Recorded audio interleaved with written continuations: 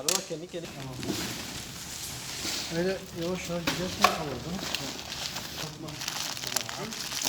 Bakın burada açmışsın diye aslında.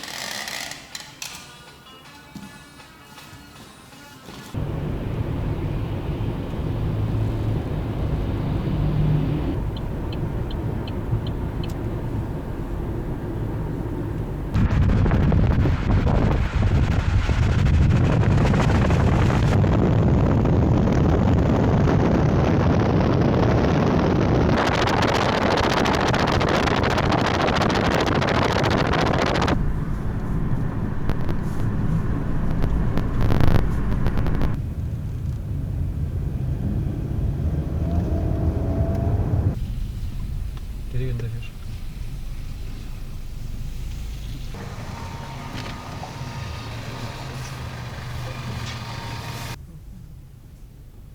Buralar dolmuş demek ki su dolmuş. كلمة بس كلمة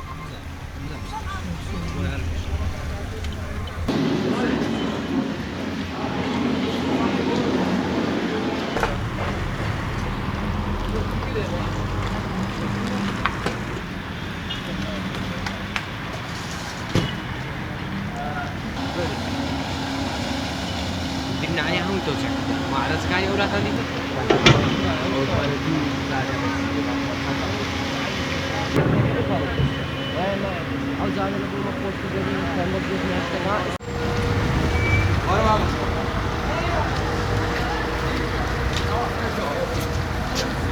Abi elin sağ olsun. Size teşekkürler yapıyoruz. Biz size teşekkür ediyoruz.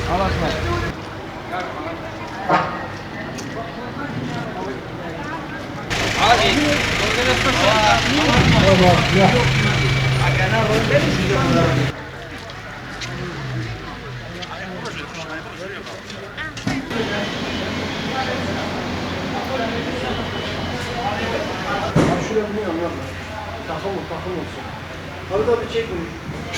Yetimler Vakfı olarak şu an Lisan bölgesindeki Erbil'de yaşanan geçtiğimiz günlerde sel felaketinden dolayı etkilenen vatandaşların elindeyiz. Şu an evlerin tamamı yıkım durumundadır. Herhangi bir eşya kalmamış. Gördüğünüz gibi evin içini tamamıyla sel zarar vermiş. Yıkım tamamıyla gerçekleşmiş. Odalar daha tadilatlar yavaş yavaş başlamış. Herhangi bir eşya kullanacakları bir malzeme kalmamıştır.